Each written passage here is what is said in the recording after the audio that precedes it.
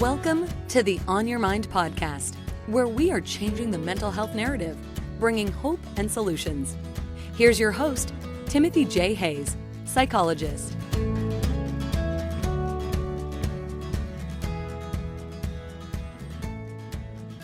Cynthia Mauleón is a writer, healer, and motivational speaker.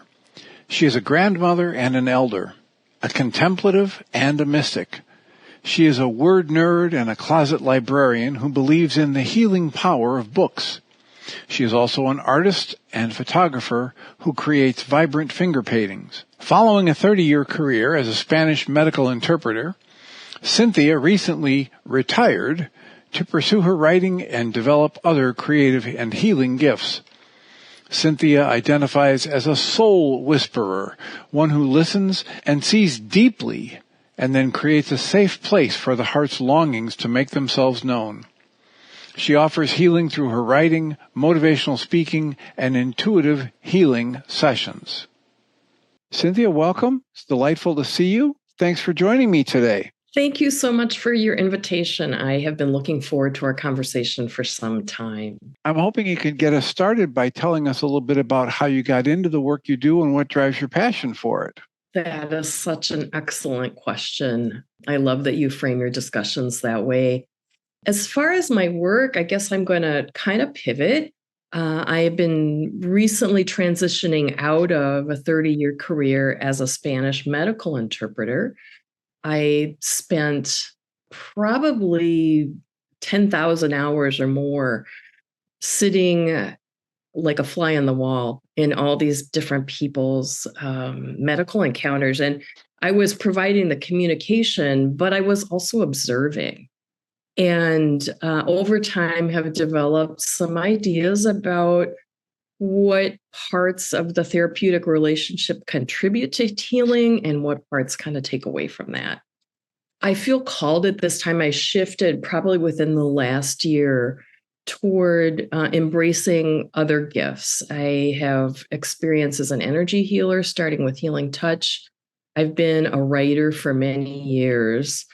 I wrote a book in my profession that was published about 5 years ago, which is for medical interpreters. But I am now feeling pulled and called to write my own story. I've been working on a memoir. It has been trickling out of me for about a dozen years in fits and starts.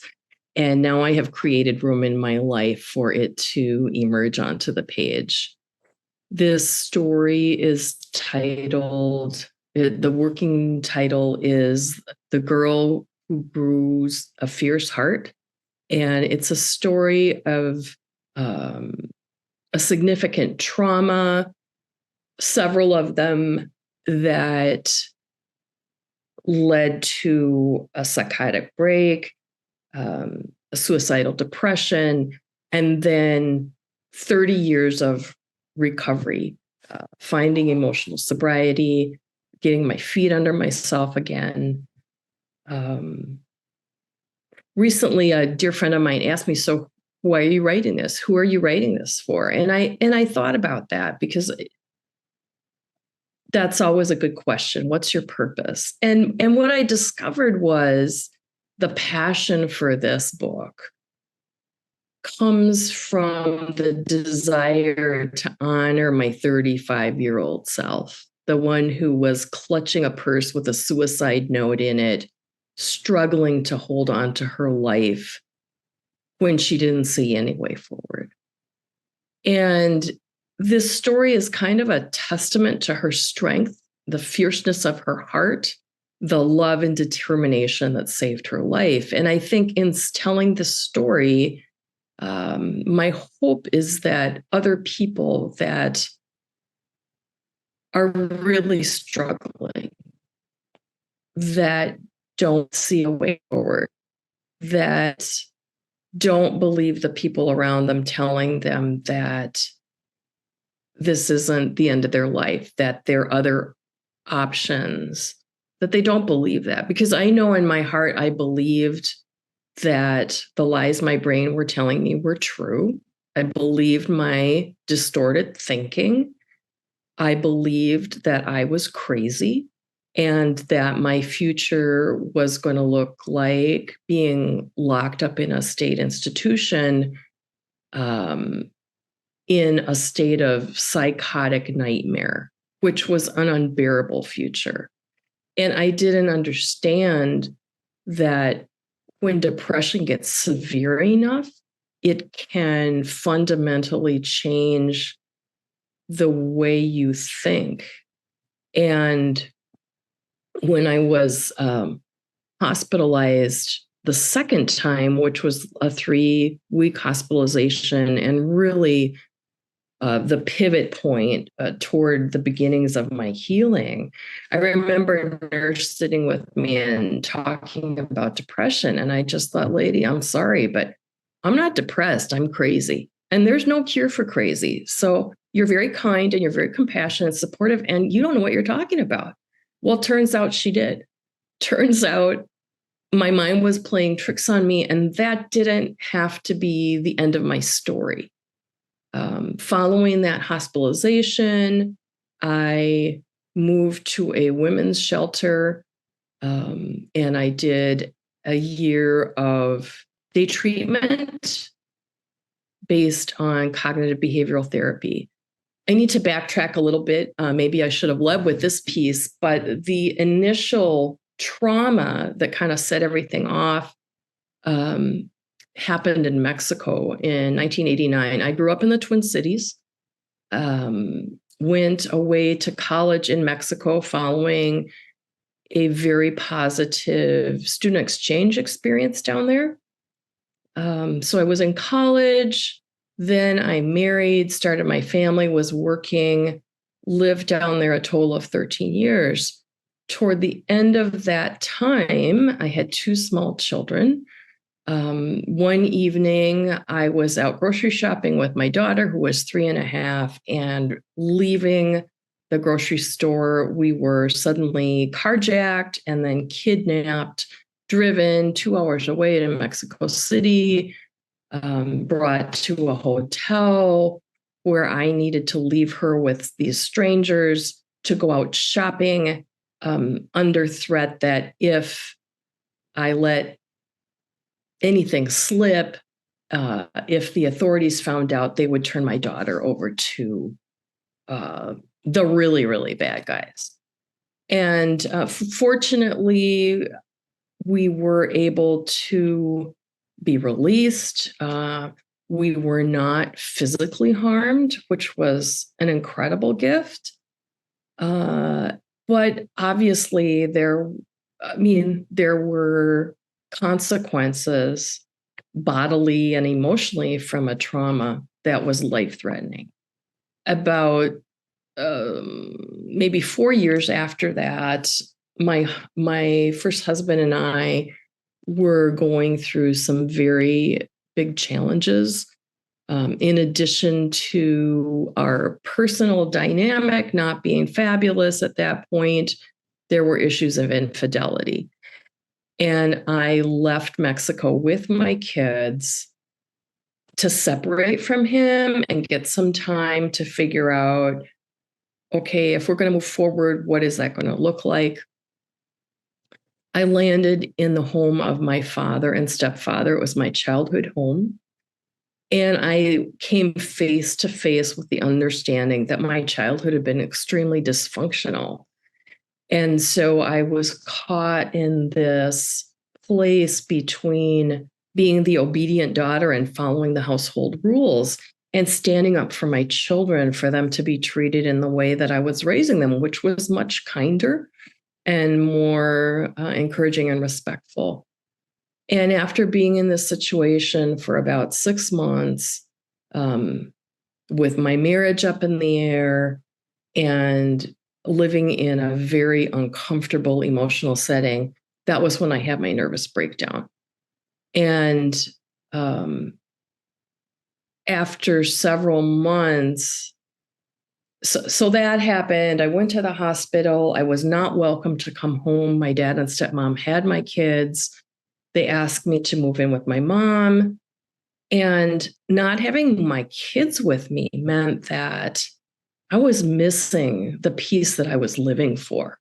Taking care of them was keeping me alive. I had left my marriage, the country that had become home, all my support network. And I couldn't figure out how to move forward. I couldn't figure out, in spite of the fact that I was American, I had lived most of my adult life until that time in another country. And I had learned how to function as an adult, how to get groceries, how to deal with a car, how to pay taxes, all these things were in a different cultural context. So even though I was raised as an American, functionally, I was undergoing a tremendous amount of culture shock in addition to the trauma, grieving and the right, stress. Right. The trauma, right? The trauma that reared its ugly head. And it wasn't until, so eventually, I got out of the hospital. I lived apart from my kids in the shelter for about 4 months. I got my feet back under me. I was able to get an apartment. And a year or two later, start working and have a career and raise my children and all the things, right? But it was a very long process. And I kept doing therapy. I tried all sorts of different options over the years. They kept throwing medication at me, psychotropic meds, and some of them worked better than others, and some of them were very not okay. And I pursued healing then through a variety of other avenues, but, doing my therapy all along the way.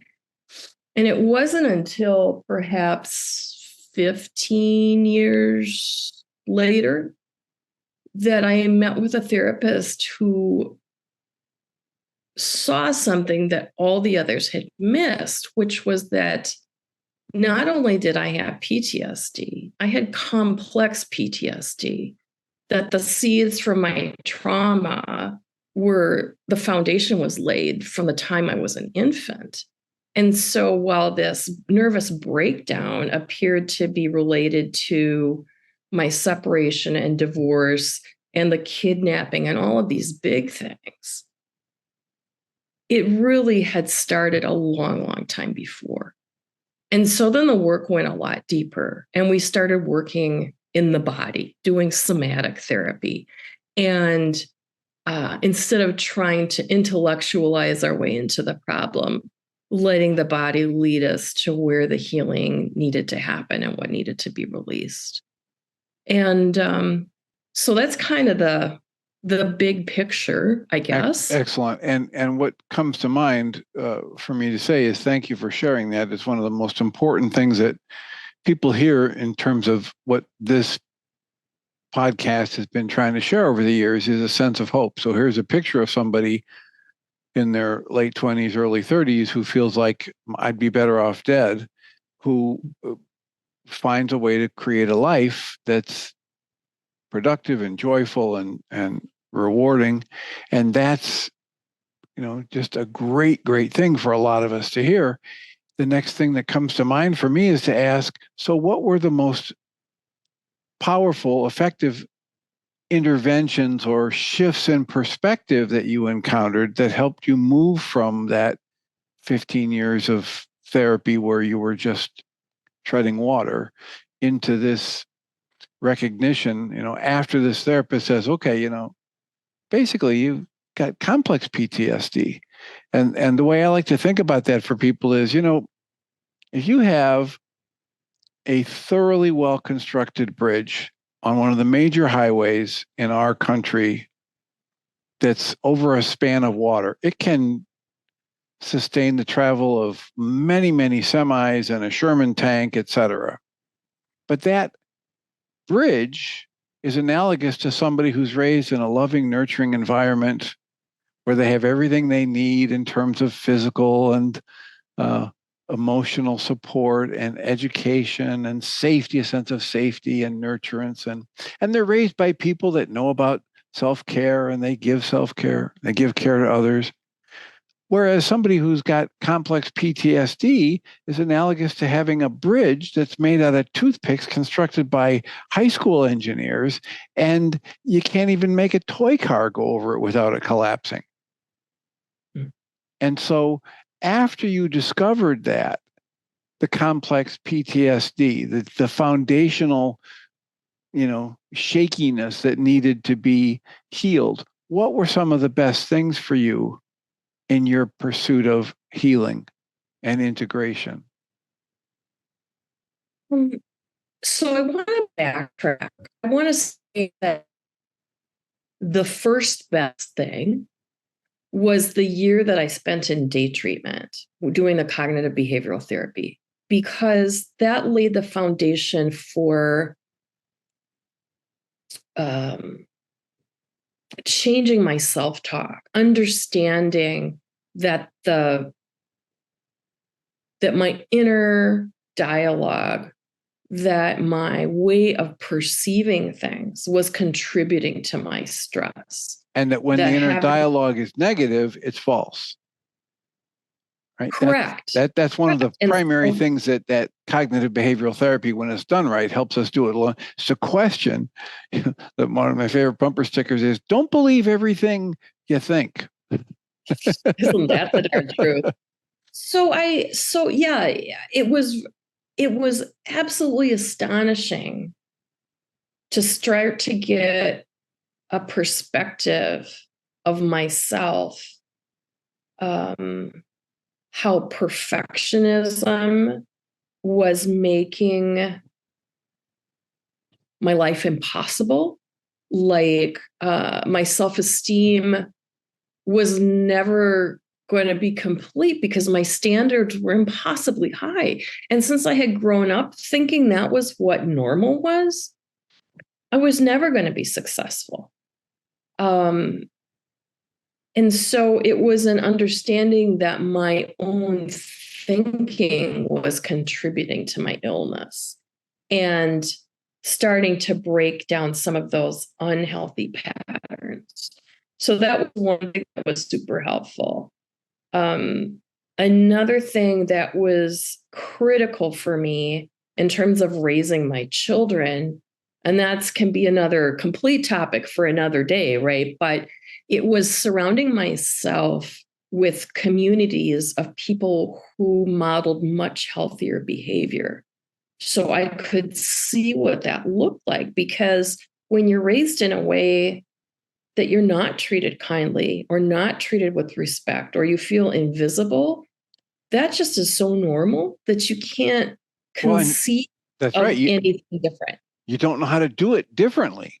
Exactly. You might know that it doesn't feel good, but and working at trying to do the opposite of what was abusive doesn't work either. Right. You just fall into a different hole, right? So that was one thing, but I would say the somatic experiencing, getting into my body, giving myself permission to get monthly massage, getting into yoga, stretching, making room, noticing my breath. I think I had lived most of my life completely in my head, very analytical. Most of my therapy came from a thinking through it kind of way.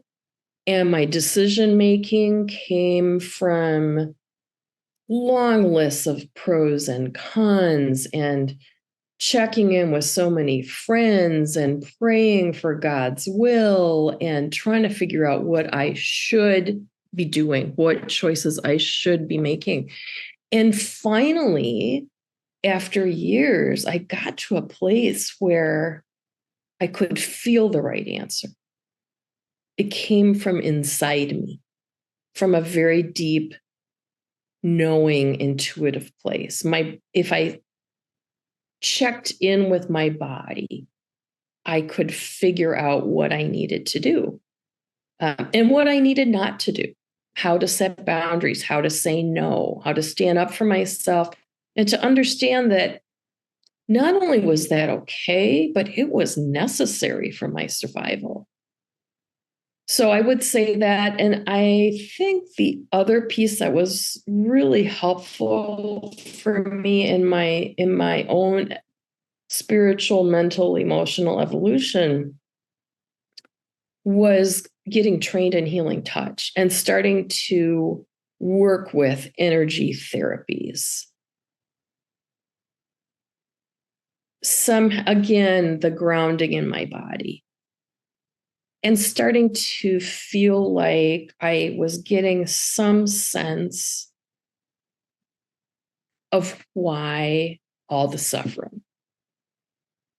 What was the purpose of all those challenging years? And I'm working with a book coach, an amazing woman who's super supportive of this project. And she said, just reading your table of contents, how does one person survive all those things? I've had so many challenges. And many people do. I know I'm not alone in that. But it just, at some point, it was just like, okay, is this karma? Did somebody give me the evil eye? Have I been cursed? I mean, it was just like one thing after another, between the things that I mentioned, but also a fire in one home, a tree falling on another, just so many different challenges. And I would say maybe within the last 5 or 10 years, I've begun to glimpse some of the whys. I feel like my suffering has shaped me into an incredibly authentic and compassionate human being. There are very few people that I can't connect with on some level because I've learned to be deeply kind to myself, and I can share that with other people, with friends of mine, with people that come to me for some sort of healing. I'm moving into a time of wanting to share the lessons that I have learned with others and hopefully bring some hopefulness to people that are in the midst of their struggle. Because I can speak to that, I think, authentically. I'm not just offering some trite affirmations or whatever. I can say I carried a suicide note in my purse for 3 weeks, trying to keep myself alive, trying to keep myself from doing something that would harm my children also. The thing that's the greatest irony of that is that the only thing I remember about that note, I was leaving a note for my children, right? All the things that I wanted to transmit to them, all the lessons that I knew I wasn't going to be able to share because I just couldn't. I just couldn't continue. And so this was this really heartfelt letter. The only thing I remember, Tim, was it said, never give up.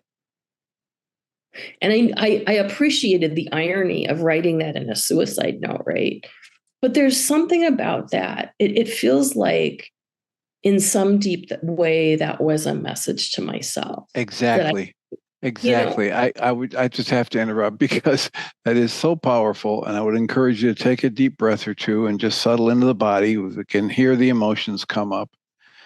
And one of the things I've learned, one of the best lessons I've learned in my life and career is whenever I hear myself giving advice to anybody else, even as a licensed clinical psychologist in therapy, if it comes out of my mouth in the format of you really need to, or you better, there's a part of my mind on my good days that's listening and says, now, Tim, this is probably really good advice for them because you're a pretty good therapist and it's perfect advice for you.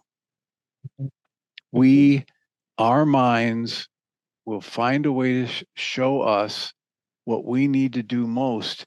And when it's a really intense or ironic or painful situation, it'll find a way to do that by formulating as our advice to somebody else. Mm. There's you talking to yourself, never give up, and you're sending it to your kids in the most, it's a wonderful dynamic. You said earlier something about this happened, and then you went because. And again, I almost interrupted and said, because you chose to turn your suffering into learning, into healing, into growth. And you did the work and you didn't give up. That's the only reason any of us is still here. This is true. Absolutely true. So take another breath. Let some of that energy around all those intense emotions of being so focused on wanting to do the best for your kids and facing an internal reality that says they'd be better without me. And then pulling back from the edge of that with this note. So just take a breath. We aren't, way close to the end of our work yet, but I just want to get centered and have you come back to your what you would most like our audience to hear about, what worked best for you and how you got past this. I think one of the most critical things that happened during that time was that my sister, who had dealt with her own depression as an adolescent, called me a couple of weeks before this. I had called the therapist that I was working with at that time. And I said, I think I need to go back to the hospital.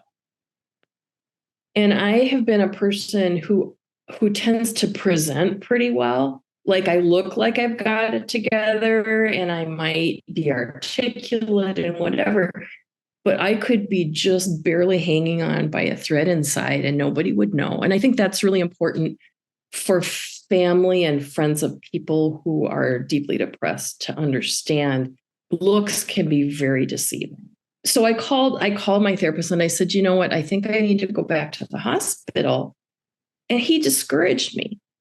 He didn't, as I recall, he didn't ask me if I was suicidal, which I was. He didn't ask me if I had a plan, which I did. He said, you've been to the hospital before. You kind of know what's there to offer. I don't know that it's really appropriate. So he closed off. I knew I needed help, but he was the mental health professional and he closed off the only resource that I knew that felt maybe appropriate. And then I just thought, wow, if the hospital can't help me, then what? Right? So a couple weeks after this, and I was at this point where I was kind of catatonic. I would just sit and stare at a wall and just ruminate. The thoughts would go around and around and around and around, and I couldn't break out of that. And I couldn't connect with any emotion other than despair and hopelessness. And so my sister called me during that time, and she said, Cindy, which was my family name, she said, you need help. You need a second opinion. You are not yourself. And those words probably saved my life. So I called the therapy agency and I got an appointment with a different therapist. And I asked them to send me another copy of the MMPI, the psychological test or whatever. It was like, well, my therapist doesn't seem to think I need help, but I'm pretty sure I do. And so I forced myself to answer that thing, which on a good day is really brutal. All the questions, all the things. And I brought over 300 questions. Oh, it just, if you didn't feel crazy before you start, you probably do by the time you're done with that thing. So I took it to see this other therapist, and I was so depressed. I just sat on the floor. I had my toddler, my 2-year-old with me, and my mom. And she looked at the results and she said to me, what are the chances that you might do something to hurt yourself? I said, they're very high, which surprised the heck out of my mom, even though I was living with her. She didn't know that I was in such a state. And So in terms of what to communicate to people, if people around you are struggling, don't be shy. Don't be afraid to ask, are you okay? Are you thinking of suicide? Can I support you? Can I help you? Can I make a phone call for you? You know, when you get to a point where you're so low, your capacity to make decisions is very compromised. Your ability to advocate on your own behalf is very challenging. So to help somebody make a phone call can be life-saving. You're doing fine. And what I want to say here is, since you didn't launch into it, I want to say, when you're in a situation and you're struggling mightily, if you're the person struggling, if you see somebody struggling, everything you just said, ask the questions, offer support, etc. If you're the person struggling and you ask for help like you did in this situation, and the person says, oh, no, you don't need that, what I would advocate is trust your own judgment. Every one of us knows it's not easy to ask for help. If whatever pain inside of you has brought you to the point where you're actually asking for help from the outside, trust that that's needed. And if you find somebody who says, oh, no, you're fine, get that second or third or fourth opinion. Because what is needed more is the nurturance and support than there is the old mangled version of kind of tough love in most cases. Absolutely. And I think the other message that I would share is that don't give up. Like, I mean, that's easy for me to say, right? But it wasn't in at the the sense time. Right. But not only just in terms of choosing to continue living, it was a constant evolution of choosing to do something different to feel better, because not all the treatments that I was prescribed were helpful. In fact, some of them were very had a lot of side effects. Yeah. And I felt for probably the better part of a decade that I was what's the word for it? An observer in my own life, that I couldn't connect with my emotion. I could see that something was funny, but it didn't feel funny.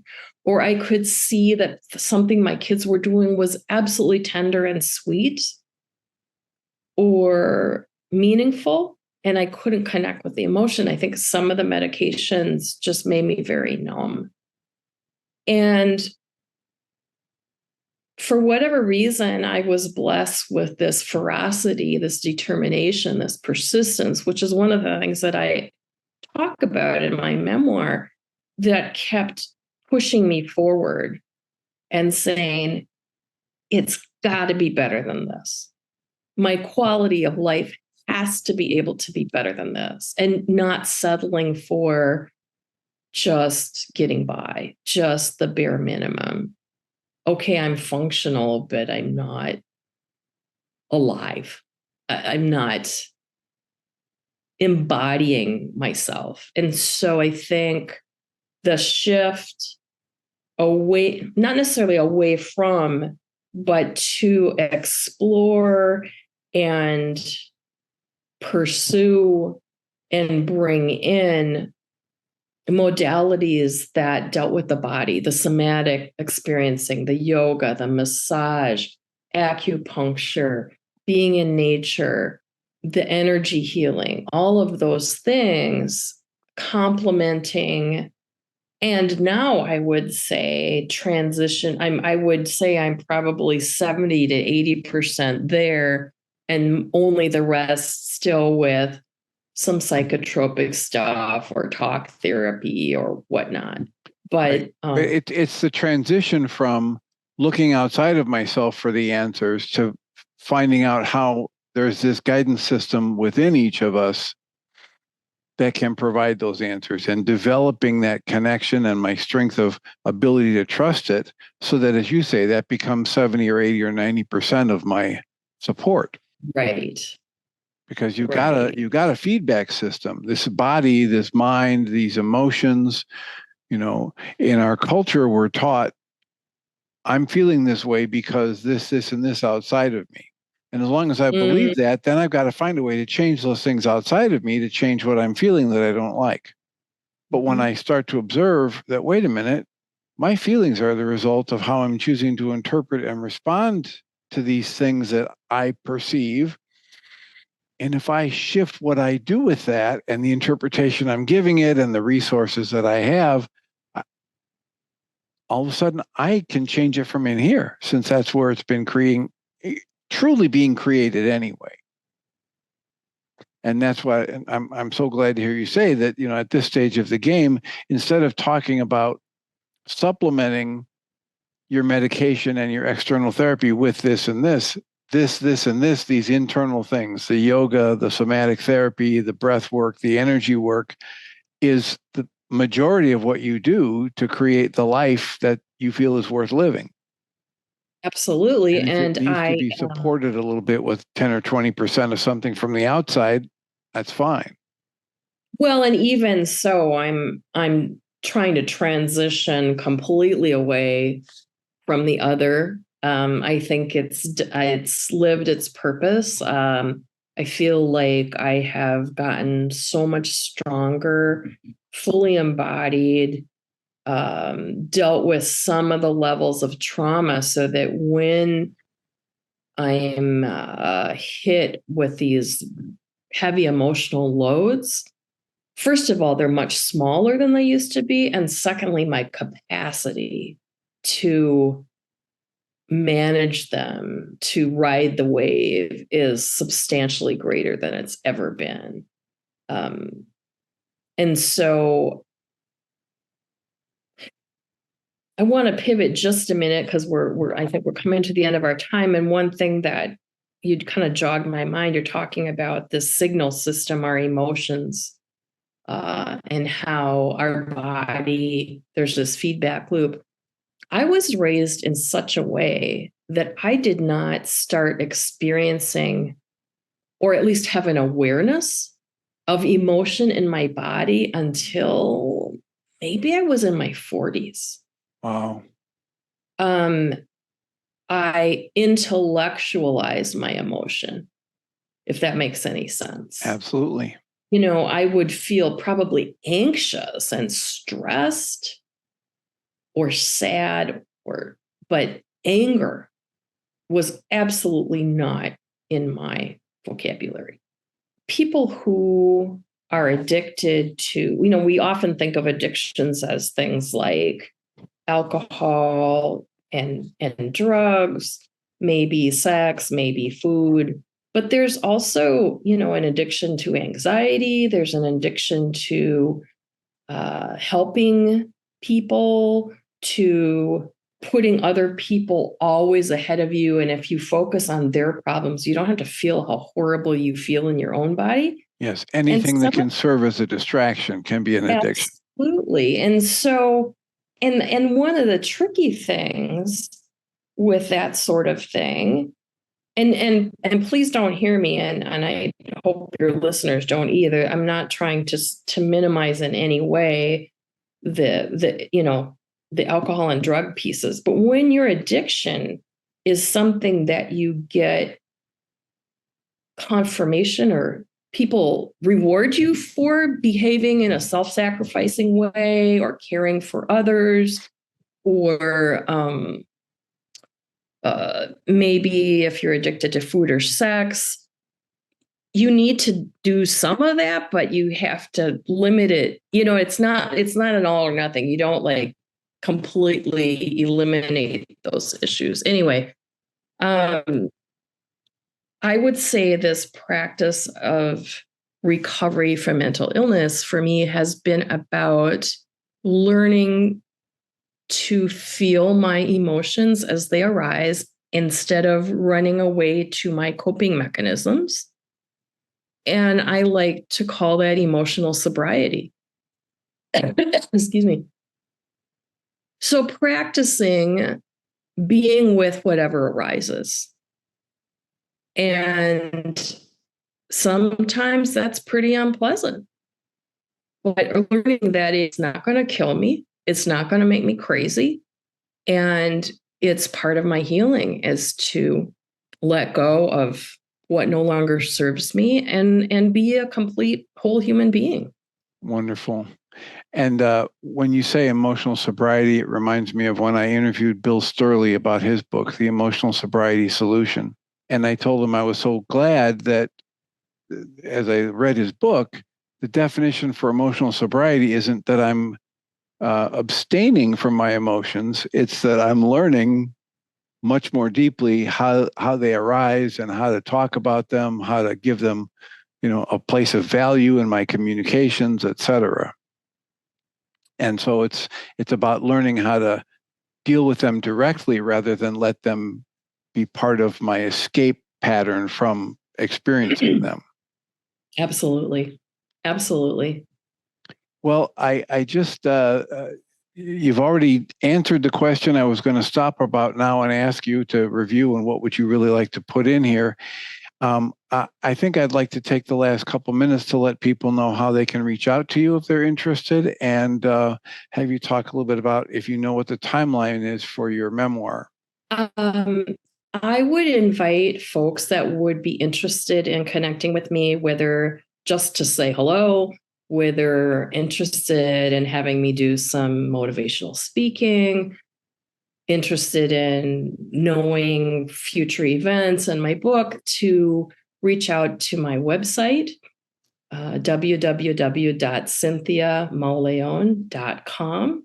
And I'm assuming that you'll have that written out. Absolutely. Somewhere. We'll have the links. Yep. You can just fill out a contact form and then you'll be on the list to let you know when my book is out. I don't have a specific timeline. I'm filling in a few gaps that we have that Corinne and I, my book coach and I have identified. And then we will, she'll do the copy editing, and then I plan to self-publish. It's a quicker process, and you don't have to run the gauntlet of so many gatekeepers. However, that means an investment on the around $10,000. And so I'm exploring ways to help fund that. So if any of your listeners would be interested in helping that, whether in honor or memory of a loved one, or because they want to get the message out that suicide is not the answer, that there is life after depression. Those would be, so yeah, my website would be the best way to get a hold of me. Okay. CynthiaMauleón.com. Yes. Excellent. Well, thank you so much for taking the time to be with us. And I look forward to reading the memoir. Well, thank you so much for sharing this opportunity with me. I appreciate you and the kindness and depth that you bring to your work. Thank you so much. You're welcome and deserving. Blessings. Cynthia Mauleón is a writer, healer, and motivational speaker. She is a grandmother and an elder, a contemplative and a mystic. She is a word nerd and a closet librarian who believes in the healing power of books. She is also an artist and photographer who creates vibrant finger paintings. Following a 30-year career as a Spanish medical interpreter, Cynthia recently retired to pursue her writing and develop other creative and healing gifts. Cynthia identifies as a soul whisperer, one who listens and sees deeply and then creates a safe place for the heart's longings to make themselves known. She offers healing through her writing, motivational speaking, and intuitive healing sessions. Cynthia is passionate about child development, social justice, particularly around issues of homelessness, racial and LGBTQ+ equity, and mental health. She is currently writing a memoir with the working title, The Girl Whose Heart Grew Fierce. This explores the intersection of mental illness and spirituality, and it chronicles her 30-year journey to recovery from complex post-traumatic stress disorder.